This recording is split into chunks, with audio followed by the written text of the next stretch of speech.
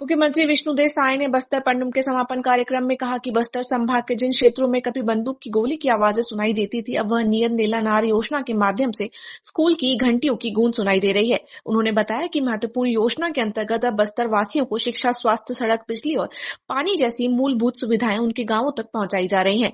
बस्तर अब हिंसा नहीं बल्कि विकास की नई पहचान बन रहा है। नियत नीला नार योजना शुरू किए हैं।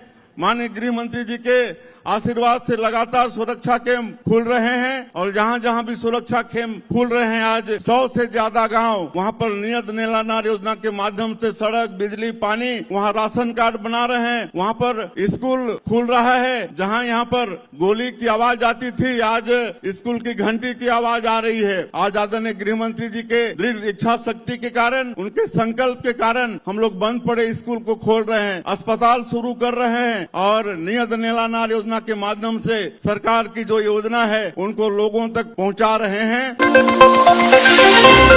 बस्तर में 45 दिनों तक चले भव्य बस्तर पंडुम महोत्सव ने इतिहास रच दिया। इस आयोजन में 6 राज्यों के 27,000 से अधिक कलाकारों ने भाग लिया, जिसने इसे भारत की आदिवासी संस्कृति का एक जीवंत और रंगारंग उत्सव बना दिया। मुख्यमंत्री विष्णुदेव साय ने कहा कि महोत्सव न केवल बस्तर की समृद्धि परंपराओं का उत्सव बना, बल्कि यशस्वी प्रधानमंत्री नरेंद्र मोदी के एक श्रेष्ठ भारत के संकल्प को भी नई ऊंचाई प्रदान की है। ये बस्तर पंडुम 45 दिनों तक चला है। मैं माननीय गृह मंत्री जी को अवगत कराना चाहूंगा। ब्लॉक स्तर से शुरू होके जिला स्तर और आज ये संभाग स्तर में आज इसका समापन हो रहा है। इसमें हमारे पड़ोसी 6 राज्य के कलाकार शामिल हुए।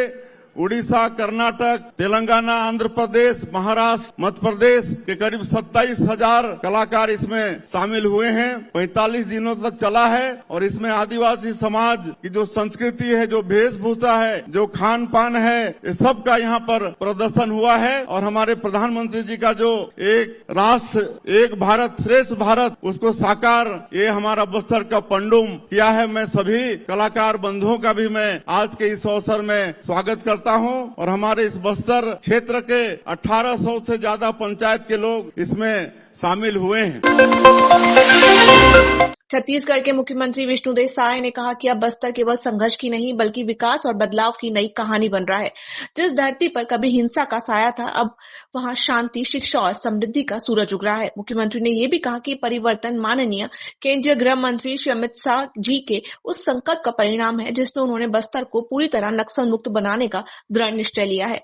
हमारे गृह मंत्री आदरणीय अमित शाह जी ने पूरे देश से 31 मार्च 2026 तक नक्सलवाद को समाप्त करने का संकल्प लिया है। और आज आप सबको मालूम है कि उनके आशीर्वाद से, उनके मार्गदर्शन से और हमारे यहाँ के सुरक्षा बल के जवान बहुत मजबूती के साथ नक्सलवाद के साथ लड़ाई लड़ रहे हैं। लगातार हम लोगों को सफलता मिल रही है और मुझे पूरा भरोसा है कि मां दंतेश्वरी की कृपा से अवश्य उनका संकल्प पूरा होगा।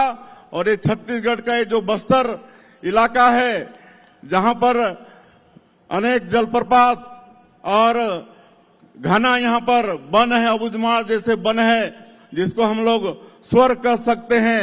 इसमें फिर से अपना पुराना समय आएगा। यहाँ पर देश दुनिया के लोग आएंगे। ये हमारे गृह मंत्री जी के आशीर्वाद से ये सब संभव होगा।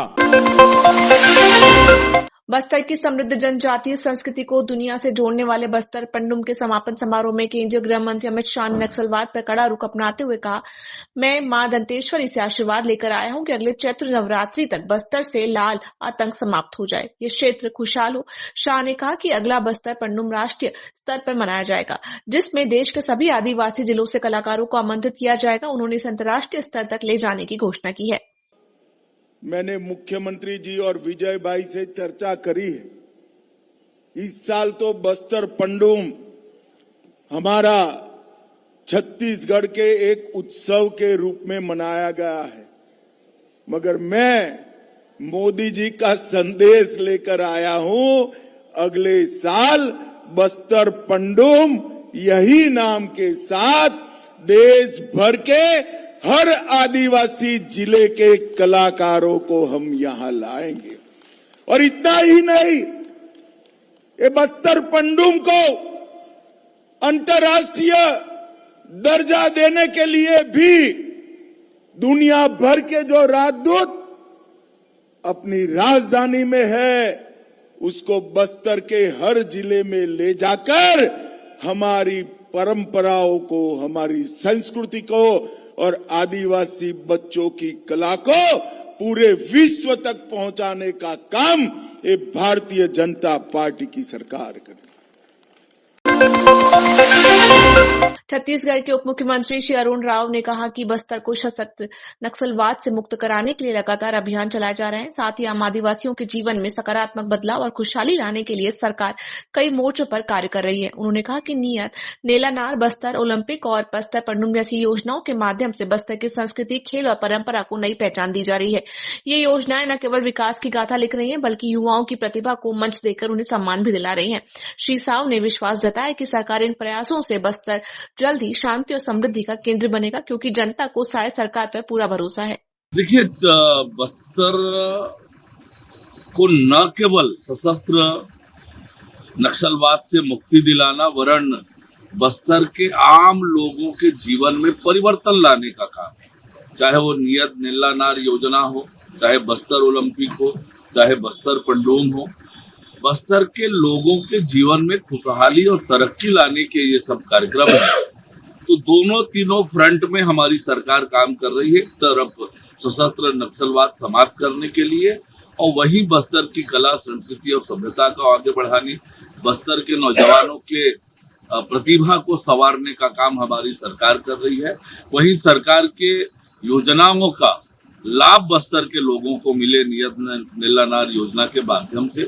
इसलिए हर मोर्चे पर हमारी सरकार बस्तर की तरक्की और बेहतरी के लिए काम कर रही है। केंद्रीय गृह मंत्री अमित शाह ने आज दंतेवाड़ा में आयोजित बस्तर पनडुम उत्सव को संबोधित करते हुए बस्तर के वीर सपूत महाराजा प्रवीर चंद भंजदेव को श्रद्धांजलि अर्पित की। उन्होंने कहा कि मैं महाराजा प्रवीर चंद भंजदेव को विनम्रता पूर्वक प्रणाम करता हूं, उन्हें श्रद्धांजलि देता हूं। उन्होंने जल, जंगल, जमीन और संस्कृति की रक्षा के लिए अपने प्राणों की आहुति दी। श्री शाह ने कहा कि महाराजा प्रवीर चंद भंजदेव एक प्रजलावत्सल राजा थे, जो जन जन के हृदय में बसते थे। उनकी अपार लोकप्रियता उस समय की कांग्रेस सरकार को सहन नहीं हुई और साजिश के तहत उनकी हत्या कर दी गई। उन्होंने कहा कि आज जब बस्तर लाल आतंक से मुक्त होने की कगार पर है और विकास की राह पर आगे बढ़ रहा है, तब निश्चित रूप से महाराजा प्रवीर चंद भंजदेव की आत्मा जहां भी होगी, वहां से बस्तर के लोगों को आशीर्वाद। भाइयों बहनों, आज मैं यहां आया हूं तब महाराजा प्रवीण चंद्र भंजदेव को भी बहुत विनम्रता पूर्वक प्रणाम कर श्रद्धांजलि देता हूं। प्रवीर चंद्र भंजदेव जी ने जनजातियों के जल, जंगल, जमीन, संस्कृति, इसके लिए अपने प्राणों की आहुति दी। यहां एक प्रजावत्सल राजवी के रूप में उनकी जो लोकप्रियता थी, वो उस वक्त के कांग्रेस के आकाओं को सहन नहीं हुई और साजिश के तहत उनकी हत्या कर दी। और जब आज पूरा बस्तर लाल आतंक से मुक्त होने की कगार पर है, विकास के रास्ते पर चल चुका है, तब प्रवीण रंजन देव जी की आत्मा जहां पर भी होगी, जरूर वहां से बस्तर के वासियों को अपना आशीर्वाद देती होगी। भाइयों बहनों, आज महान स्वतंत्रता से